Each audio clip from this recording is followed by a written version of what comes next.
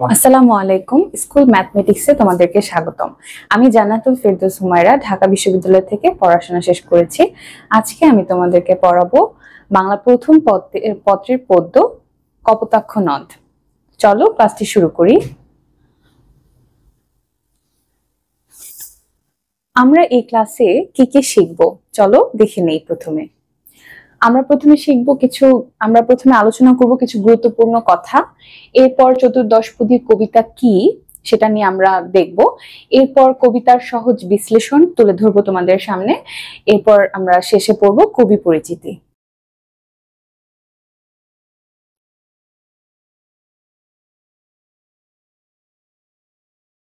তো কপোতাক্ষ নদ কবিতাটি কে লিখেছেন? কপোতাক্ষ নদ কবিতাটি লিখেছেন মাইকেল মধুসূদন দত্ত। আর আমরা স্ক্রিনে দেখতে পাচ্ছি মাইকেল মধুসূদন দত্তকে। তার জন্মসাল হচ্ছে 1824 এবং মৃত্যুসাল হচ্ছে 1873। আমরা যখন কোনো গল্প বা কবিতা পড়ব তখন তার সাথে সাথে আমরা কবির বা লেখকের জন্মসাল এবং মৃত্যুসালটা সুন্দর করে এভাবে করে পড়ে নিব, একসাথে রাখবো, যাতে করে আমরা যখনই বইয়ের পাতা উল্টাই আমরা যেন জন্মসাল এবং মৃত্যুসালটা দেখতে পারি। আর দেখতে দেখতেই কিন্তু আমাদের একসময় মুখস্থ হয়ে যাবে ভালো মতো। তাহলে আমরা মনে রাখবো যে মাইকেল মধুসূদন দত্তের জন্মসাল 1824 এবং মৃত্যুসাল 1873। আর কপোতাক্ষ নদ কবিতাটি লিখেছেন মাইকেল মধুসূদন দত্ত। এরপর আমরা কিন্তু কপোতাক্ষ নদ, এটা হচ্ছে আমাদের পদ্যটা বা কবিতাটার নাম, কপোতাক্ষ নদ। আর কপোতাক্ষ নদ হচ্ছে বাংলাদেশের একটা নদী। তো বাংলাদেশের এই নদীটা কোথায় অবস্থিত? দক্ষিণ পশ্চিমাঞ্চলের খুলনা বিভাগের অন্যতম বড় নদী।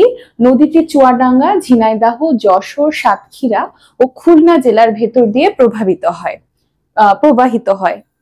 হয়। তাহলে এখানে যশোর যে জেলার নাম আছে, এই জেলায় কিন্তু আমাদের মাইকেল মধুসূদন দত্ত জন্মগ্রহণ করেছিলেন। মাইকেল মধুসূদন দত্ত কোন জেলায় জন্মগ্রহণ করেছিলেন? যশোর জেলার সাগরদাড়ি গ্রামে। আর এটা হচ্ছে আমাদের কপোতাক্ষ নদ। আর এই কবিতাটার নাম কপোতাক্ষ নদ, যে কপোতাক্ষ শব্দটি রয়েছে এটাকে কিন্তু বিশ্লেষণ করলে আমরা পাই কপোত আর হচ্ছে অক্ষি বা অক্ষ। তাহলে কপোত শব্দের অর্থ কিন্তু পায়রা, আর অক্ষি মানে চোখ। তাহলে এই শব্দটার অর্থ আমরা পাচ্ছি ভেঙে ভেঙে কপোত আর অক্ষ বা অক্ষি। তাহলে পায়রার চোখ, বা কপোত মানে পায়রা আর অক্ষি মানে চোখ। এরপর কিছু গুরুত্বপূর্ণ লাইন বা কিছু গুরুত্বপূর্ণ কথা। কপোতাক্ষ নদ কবিতাটি কবির চতুর্দশ কবিতাবলী থেকে গৃহীত হয়েছে। তাহলে এখান থেকে কিন্তু প্রশ্ন আসতে পারে যে কপোতাক্ষ নদ কবিতাটি কোন কবিতাবলী থেকে গৃহীত হয়েছে বা নেওয়া হয়েছে? এটা হচ্ছে চতুর্দশ কবিতাবলী থেকে নেওয়া হয়েছে, এটা আমাদের মনে রাখতে হবে। পরের লাইনে দেখতে পাচ্ছি কপোতাক্ষ নদ কবিতাটি একটি চতুর্দশপদী কবিতা।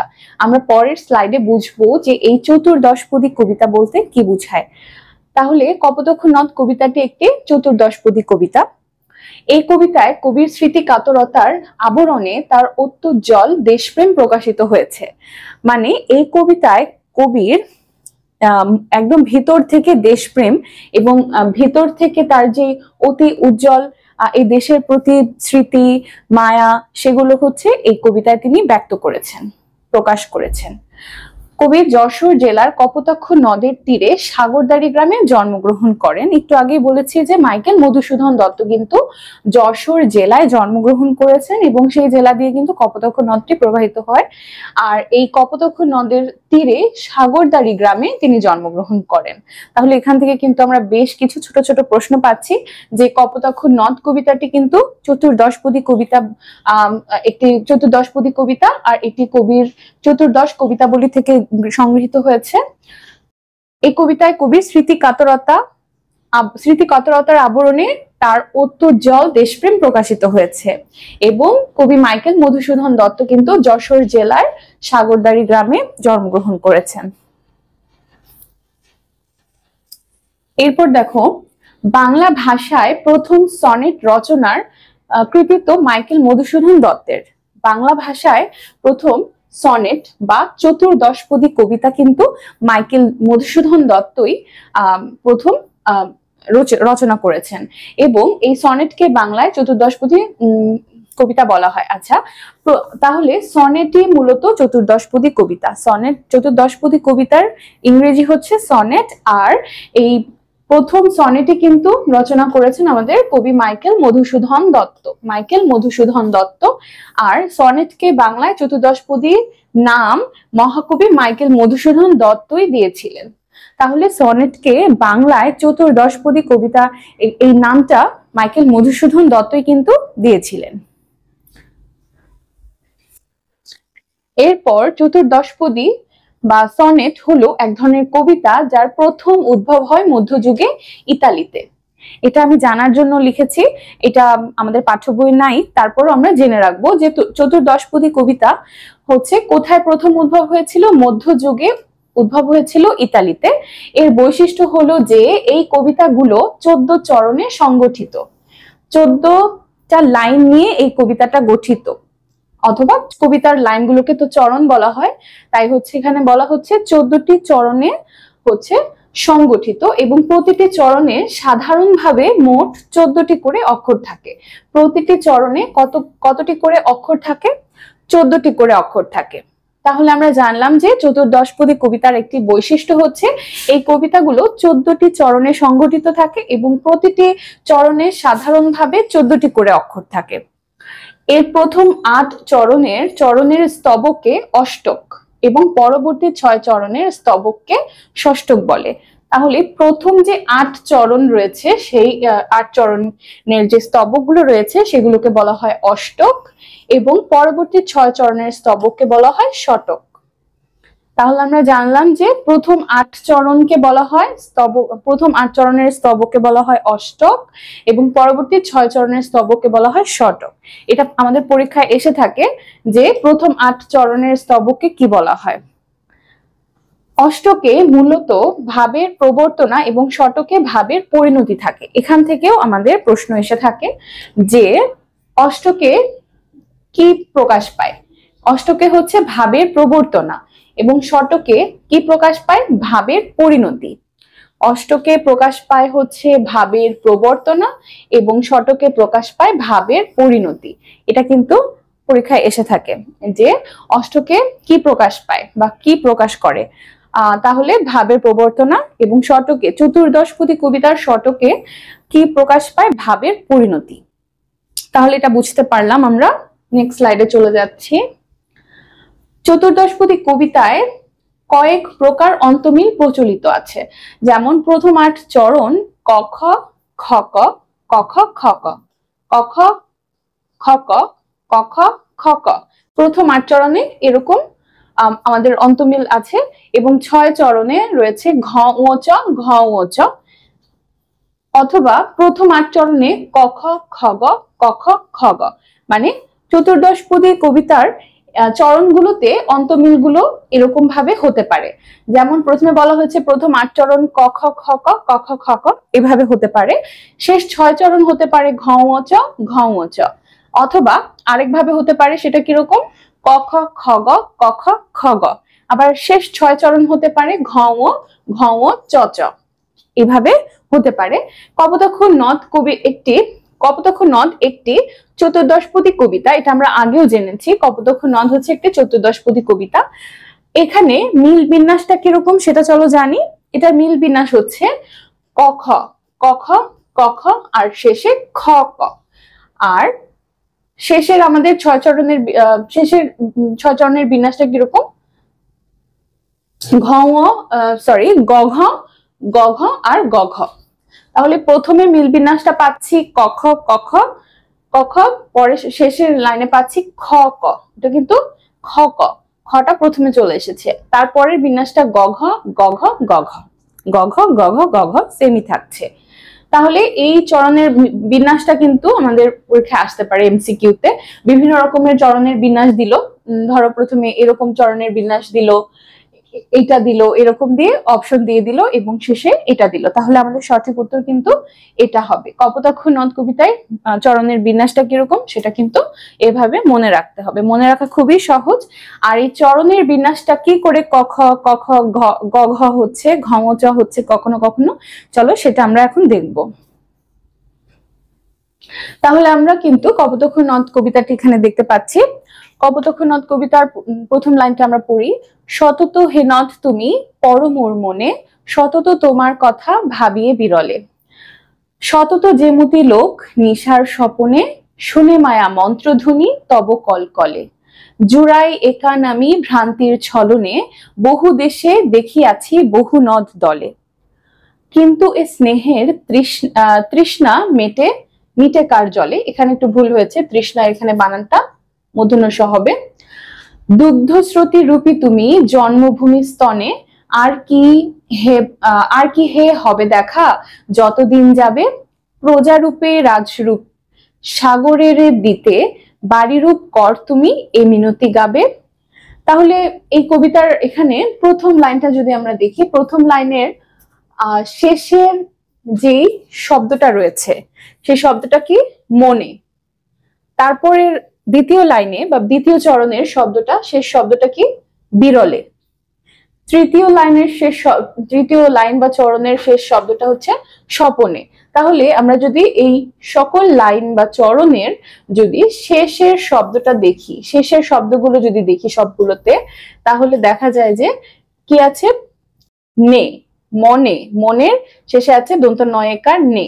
আবার বিরলের শেষে আছে লয়কার লে। স্বপনের শেষে আছে দন্ত নয়কার নে।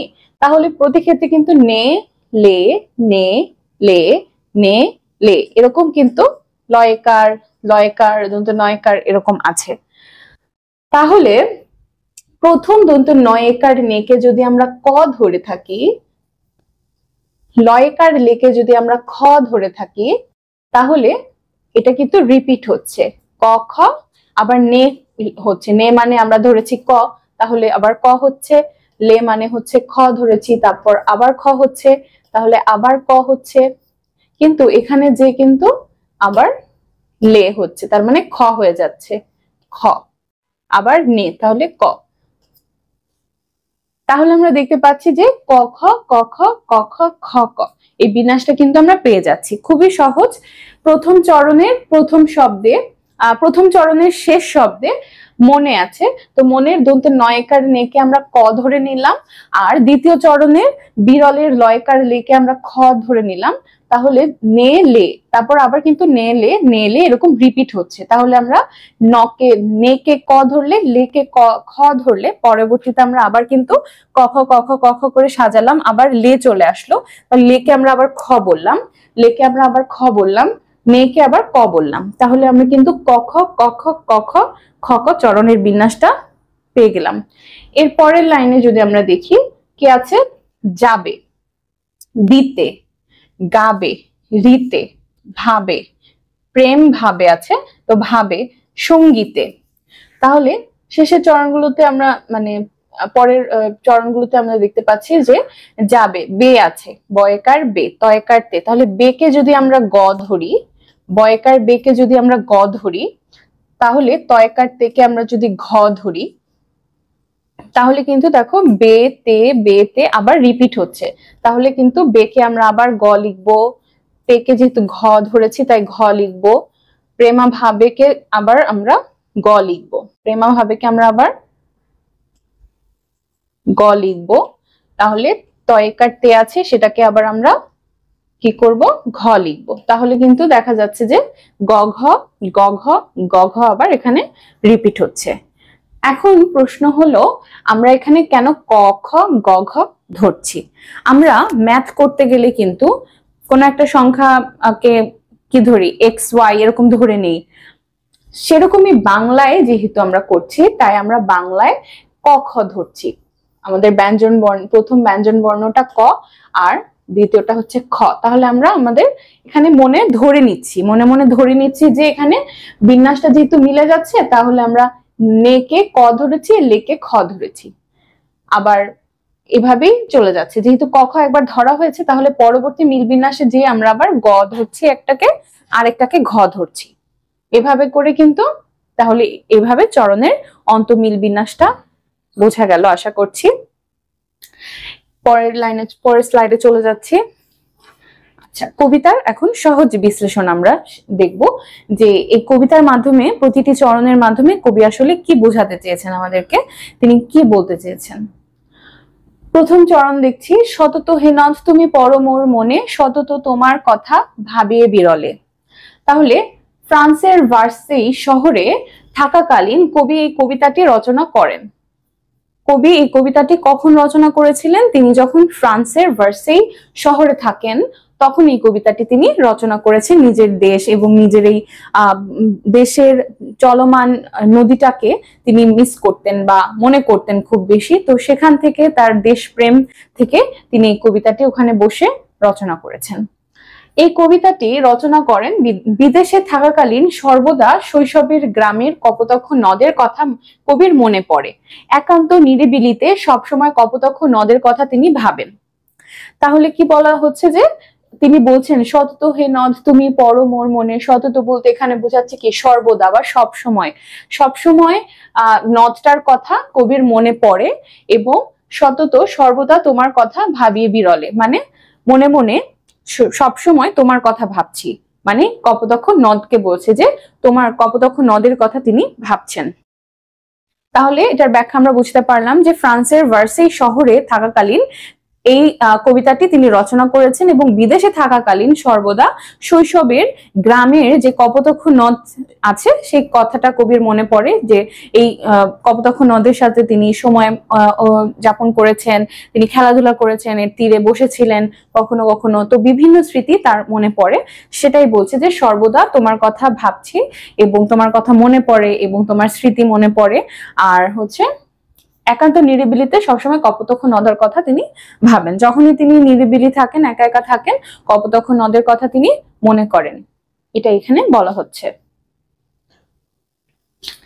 পরবর্তীতে সতত যেমতিলোক নিশার স্বপনে শোনে মায়া মন্ত্রধ্বনি তব কলকলে, জোড়াই একা নামি ভ্রান্তির ছলনে।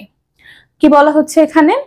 রাতে মানুষ ঘুমের মাঝে স্বপ্ন দেখে, মায়া মন্ত্র ধ্বনিতে আচ্ছন্ন হয়, স্বপ্নের মধ্যে যা দেখতে পায় সবই তো ভ্রান্ত। তন্দ্রা থেকে জেগে মানুষ উপলব্ধি করে এটা স্বপ্ন ছিল এবং মিথ্যা। কবিও যেন তেমনি কপোতাক্ষ নদ নিয়ে স্বপ্নে বিভোর হন। বিদেশে জলের কলকল ধ্বনিতে কপোতাক্ষ নদীর কল ধ্বনি মনে করেন, কলকল ধ্বনি মনে করেন।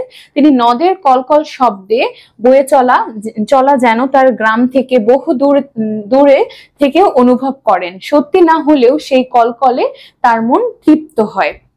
তাহলে এখানে বলা হচ্ছে যে কবি বলছেন যে সর্বদা মানুষ যেরকম রাতে স্বপ্ন দেখে এবং সেই স্বপ্নের মায়ায় মানুষ মায়ার মধ্যে সেই ঘোরে থাকে, কিন্তু আসলে সেই স্বপ্নটা তো সত্যি নয়, সেই স্বপ্নটা তো মিথ্যা। ঘুম ভেঙে গেলে সেটার আমরা পরিচয় পাই যে স্বপ্নটা আসলে সত্যি না, এটা একটা মিথ্যা ছাড়া আর কিছুই না। তো সেরকমই বলছে যে কবি স্বপ্নে যেরকম মানুষ বিভোর হয়ে মত্ত হয়ে যেরকম কোনো কিছু নিয়ে দেখতে থাকে, সেরকমই কবি যেন সারাদিন সর্বদা এই কপোতাক্ষ নদের কথাই মনে করেন এবং বিদেশে থাকাকালীন ফ্রান্সের বিভিন্ন অন্যান্য নদীর ধ্বনি বা নদীর শব্দ, নদীর ধ্বনি বলতে নদীর জলের শব্দ বা নদীর মধ্যে যে পানি আছে সেই পানির শব্দ, সেই পানির শব্দকে কবি মনে করেন যে সেটা যেন কপোতাক্ষ নদেরই শব্দ হচ্ছে, সেই কপোতাক্ষ নদেরই জলের শব্দ। তো কবি এভাবে করে নিজের মনকে শান্ত করেন যে এটা আসলে তিনি জানেন এটা ভ্রান্তি বা এটা ভুল, এটা কপোতাক্ষ নদ নয়, তারপরও তিনি তার মনকে প্রশান্ত করার জন্য এটা মনে করেন। তার মনটা এটার দ্বারা তৃপ্ত হয়, তার যেন এটার দ্বারা শান্তি লাগে, যে এটা আসলে মনে হচ্ছে যে কপোতাক্ষ নদ, সেরকম তার কাছে শান্তি লাগে। তাহলে বোঝা গেল আশা করছি। বহু দেশে দেখিয়াছি বহু নদ দলে, কিন্তু এ স্নেহের তৃষ্ণা মেটে কার জলে, দুগ্ধ স্রোত রূপী তুমি জন্মভূমি স্তনে। তাহলে এখানে কি বলছে কবি? কবি প্রবাসে থাকাকালীন বহু দেশে বহু নদ নদী দেখেছেন। অজস্র নদীর জলে নিজের তৃষ্ণা মেটাতে চেয়েছিলেন, কিন্তু সেই নদী তার তৃষ্ণা মেটাতে পারেনি। তিনি শৈশবে তার প্রিয় কপোতক্ষ নদের জল পান করেছেন, তাই অন্যান্য নদীর জলে তার তৃষ্ণা মেটে না। জন্মভূমি আর তার মাঝে বয়ে চলা নদীর প্রতি কবির ভালোবাসা প্রকাশ পায়। এই কবিতায় কবির ভাষায় তার জন্মভূমি যেন মায়ের স্তন এবং কপোতক্ষ নদের জল প্রবাহ যেন মায়ের বুকের দুধ। এই নদীর প্রবাহ যেন মায়ের বুকের দুধের মতোই তার তৃষ্ণা মেটায়। এখানে কবি কপোতক্ষ নদের জলের প্রবাহ বা নদীর ধারাটাকে মায়ের স্তনের সাথে তুলনা করেছেন। এখানে তিনি তিনি বলেছেন যে বহু দেশে দেখিয়াছি বহু নদ দলে, মানে তিনি বলছেন যে বিভিন্ন দেশে বিভিন্ন দেশের নদ নদী আমি দেখেছি, কিন্তু কপোতক্ষ নদের মধ্যে আমি যেটা পেয়েছি, কপোতক্ষ নদ আমার কাছে যেরকম, সেটা আমি অন্য কোনো দেশের অন্য কোনো নদ নদীতে পাইনি। কবির কাছে কপোতক্ষ নদটা যেমন মা যেরকম সন্তানকে স্নেহের আদলে স্নেহ যত্ন করে মায়ের বুকের দুধ পান করান, সেরকম কবির কাছে মনে হচ্ছে কপোতক্ষ নদ যেন কবির মা এবং মাতৃরূপী, এবং তিনি হচ্ছে তার যে জলস্রোত সেটা যেন মায়ের বুকের দুধের মতোই, এটাকে তিনি রূপক অর্থে এখানে ব্যবহার করেছেন, মায়ের বুকের দুধের সাথে কপোতক্ষ নদের জলের প্রবাহটাকে। এবং কবির তৃষ্ণা কিন্তু এই কপোতক্ষ নদের জলেই তার তৃষ্ণা মেটে, অন্য কোনো দেশের অন্য কোনো নদ নদী দ্বারা তার এই স্নেহের তৃষ্ণা কিন্তু মিটছে না। তার কাছে মনে হচ্ছে, কবির কাছে মনে হচ্ছে যে কপোতক্ষ নদী হচ্ছে তার কাছে শ্রেষ্ঠ।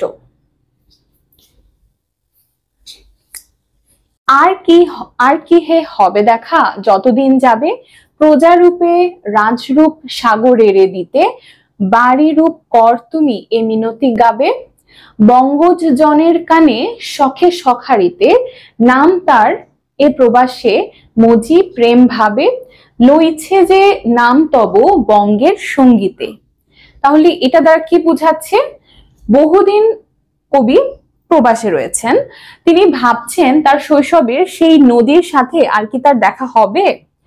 আর সকল নদীর মতো কপোতক্ষ নদও কলকল স্রোত নিয়ে সাগরে গিয়ে মেশে। প্রজা যেমন রাজাকে কর দেয়, কপোতক্ষ নদও যেন প্রজারূপে তার জলধারা কর হিসেবে সাগরকে প্রদান করে। প্রবাসে আটকে পড়া কবি আকুল চিত্তে বাংলার কপোতক্ষ নদের নামে কবিতা লিখেছেন, গান গাইছেন। কবি প্রার্থনা করেছেন যে বন্ধু কপোতক্ষ নদ যেন বন্ধুত্বের খাতিরে তার বয়ে চলা জলরাশির কলকল রবে সেই কাব্যগান বাংলার মানুষের কাছে আজীবন গেয়ে শোনায়। কবির ইচ্ছে কপোতক্ষ নদ যেন তার জলরাশির কলকল রবে তাকে চিরদিন ধরে রাখে, যেন কোনোদিন তিনি তার প্রিয় নদী কপোতক্ষ নদের তীরে আর ফিরে যেতে নাও পারেন, তবু যেন কপোতক্ষ নদ কবিকে মনে রাখে, বাংলার মানুষের কাছে তারই ভালোবাসার কথা পৌঁছে দেয়, তাকে যেন সস্নেহে স্মরণ করে। প্রবাসে থাকা কবি তার দেশপ্রেমকে এই কবিতায় যথার্থ রূপে ফুটিয়ে তুলেছেন। তাহলে এখানে আমরা আবার বুঝি যে এখানে কি বলছে আসলে। তো কবি এখানে বলছে আর কি হে হবে দেখা যতদিন যাবে। কবি কপোতক্ষ নদকে উদ্দেশ্য করে বলছে যে আর কি আমাদের দেখা হবে, কপোতক্ষ নদের সাথে কি আমার আর দেখা হবে? কারণ কবি তো তখন ফ্রান্সে বসবাস করছেন, তাহলে দেশে আসা হবে কিনা, কবে আসা হবে, তিনি সন্দিহান ছিলেন। তাই জন্য বলছেন কি যে যতদিন যাবে আমার কি কপোতক্ষ নদের সাথে আর দেখা হবে, এটা তিনি ব্যক্ত করছেন, দুঃখ প্রকাশ করছেন, প্রশ্ন করছেন কপোতক্ষ নদের কাছে। তারপর বলছেন প্রজারূপে রাজরূপ সাগরেরে দিতে, বাড়ি রূপ কর তুমি এ মিনতি গাবে। এখানে কি বলছেন? এখানে কবি বলছেন যে প্রজা যেমন রাজাকে কর দেয়, প্রজারা রাজাকে যেরকম কর দেয়, কপোতক্ষ নদও যেন প্রজারূপে তার জলধারা কর হিসেবে, কপোতক্ষ নদের কর কি? তার জলধারা, তার পানির স্রোত, পানি প্রবাহ, এটা সাগরকে প্রদান করে। এখানে প্রজার সাথে রাজা যেরকম কর আদান প্রদানের সম্পর্ক রয়েছে, সেটার সাথে কপোতাক্ষ নদের জল রাশিটাকে তিনি করের সাথে তুলনা করেছেন এবং সাগরকে তিনি প্রদান করবেন। মানে এখানে সাগর হচ্ছে রাজা, প্রজা যেরকম রাজাকে কর বা ট্যাক্স প্রদান করে, তো সেরকম এখানে বলা হচ্ছে যে কপোতাক্ষ নদ তার জলধারা যেটাকে কর বলা হচ্ছে যেন সাগরকে প্রদান করে। সাগর হচ্ছে এখানে রাজার সাথে তুলনা করা হয়েছে, সাগরকে প্রদান করে। তাহলে এখানে প্রজারূপে রাজরূপে প্রজারূপে রাজরূপ সাগরের দিতে বাড়িরূপ কর তুমি এ মিনতি গাবে। এখানে আসলে কপোতাক্ষ নদের জলধারাটা কর হিসেবে যেন সাগরকে প্রদান করে এটা বলা হচ্ছে। পরবর্তীতে বলা হচ্ছে কি যে কবি ফ্রান্সে বা বিদেশে যে আটকে আছে এবং সেখানে তিনি আকুল চিত্তে কপোতাক্ষ নদ বা বাংলার প্রকৃতি, বাংলাকে মিস করছে, তিনি অনুভব করছে যে বাংলা ছাড়া আসলে তার হচ্ছে না, সেখানে যে তিনি খুব একাকিত্বে পড়ে গিয়েছেন। তখন তিনি এই কপোতাক্ষ নদকে তার বন্ধুরূপ মনে করে এই কবিতাটা লিখেছেন এবং তিনি এর মাধ্যমে শুধু কপোতাক্ষ নদের প্রতি যে ভালোবাসা প্রকাশ করেছে তা না, তার দেশপ্রেমটাকেও কিন্তু তুলে ধরেছেন তিনি এখানে।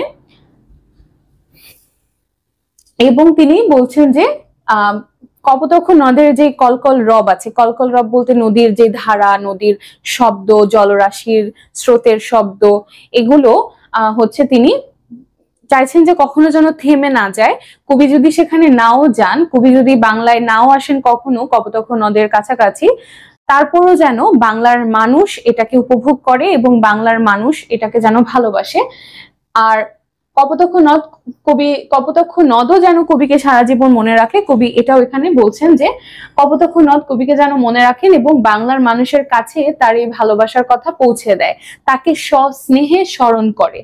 কপোতাক্ষ নদও যেন কবির মতোই কবিকে ভালোবাসে, কবি যেরকম কপোতাক্ষ নদকে ভালোবাসছে, এছাড়াও বাংলার মানুষও যেন কপোতাক্ষ নদকে ভালোবেসে আগলে রাখে এবং কবিকেও স্মরণ করে। প্রবাসে থাকা কবি এভাবেই তার দেশপ্রেমটা এই কবিতায় যথার্থ রূপে ফুটিয়ে তুলেছেন।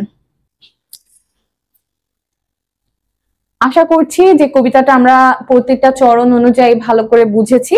তারপরে যদি তোমাদের সমস্যা থাকে তাহলে অবশ্যই কমেন্ট করে জানাবে কোন চরণের সমস্যা আছে। তোমাদের সুবিধার জন্য কিন্তু এখানে আমি সকল চরণের ব্যাখ্যাগুলো দিয়েছি এবং এখান থেকে ক্ষয়ের অনুধাবনমূলক প্রশ্ন কিন্তু এসে থাকে, তখন তোমরা এভাবে কিন্তু বিশ্লেষণ করে লিখতে পারো।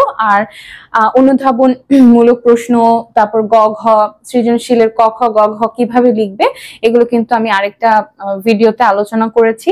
তোমাদের সৃজনশীল লেখার প্যাটার্ন জানার জন্য যদি তোমরা কোনো ভিডিও খুঁজে থাকো তাহলে সেই ভিডিওটা দেখে নিতে পারো। আশা করছি সেটা দেখলে তোমরা বুঝবে যে গদ্য এবং পদ্য সৃজনশীল কিভাবে লিখতে হয়। তো কপোতাক্ষ নদ কবিতাটা আমাদের মোটামুটি পড়া শেষ। এখন আমরা চলে যাব কবি পরিচিতিতে। তো কবি পরিচিতি থেকে অনেক বহু নির্বাচনী প্রশ্ন এসে থাকে, এছাড়াও সৃজনশীলের ক কিন্তু এসে থাকে। তো চলো দেখি কিভাবে প্রশ্নগুলো আসতে পারে এবং ইম্পর্টেন্ট লাইন কোনগুলো। তো মধুসূদন দত্ত, আমাদের কবি মধুসূদন দত্তের জন্মসাল কিন্তু 1824 এবং 1873। ক্লাসের প্রথমেই তোমাদেরকে বলেছি যে জন্মসাল এবং মৃত্যুসাল প্রতিটি কবির জন্মসাল মৃত্যুসাল তোমরা কিন্তু এভাবে ব্র্যাকেট দিয়ে কবির পাশাপাশি লিখে লিখে মুখস্থ রাখতে পারো। বারবার বই উল্টানোর সময় চোখে পড়লে তখনও তোমাদের এটা মনে থাকবে বারবার। তো যশোর জেলার সাগরদাড়ি গ্রামে কিন্তু জন্মগ্রহণ করেছেন মাইকেল মধুসূদন দত্ত, যশোর জেলার সাগরদাড়ি গ্রামে। এরপর স্কুল জীবনের শেষে তিনি কলকাতার হিন্দু কলেজে ভর্তি হন। এই কলেজে অধ্যয়নকালে ইংরেজ সাহিত্যের প্রতি তার তীব্র অনুরাগ জন্মে। তাহলে স্কুল জীবনের শেষে তিনি কোন কলেজে ভর্তি হন? তিনি অধ্যয়ন করেন কলকাতার হিন্দু কলেজে। এই কলেজে অধ্যয়নকালে ইংরেজ সাহিত্যের প্রতি তার তীব্র অনুরাগ জন্মে। এই কলেজে অধ্যয়নকালে তার ইংরেজ সাহিত্যের প্রতি কিন্তু তীব্র অনুরাগ জন্ম হয়, তীব্র ভালোবাসা সৃষ্টি হয় তার মনে। এবং 1842 খ্রিস্টাব্দে তিনি খ্রিস্ট ধর্মে দীক্ষিত হন। কত খ্রিস্টাব্দে তিনি খ্রিস্ট ধর্মে দীক্ষিত হন? 1842 খ্রিস্টাব্দে। তখন তার নামে প্রথমে যোগ করা হয় মাইকেল। তার নামের যে প্রথমে আছে মাইকেল শব্দটি, আমরা তাকে জানি মাইকেল মধুসূদন দত্ত হিসেবে, এবং তার আসল নাম কিন্তু মধুসূদন দত্ত।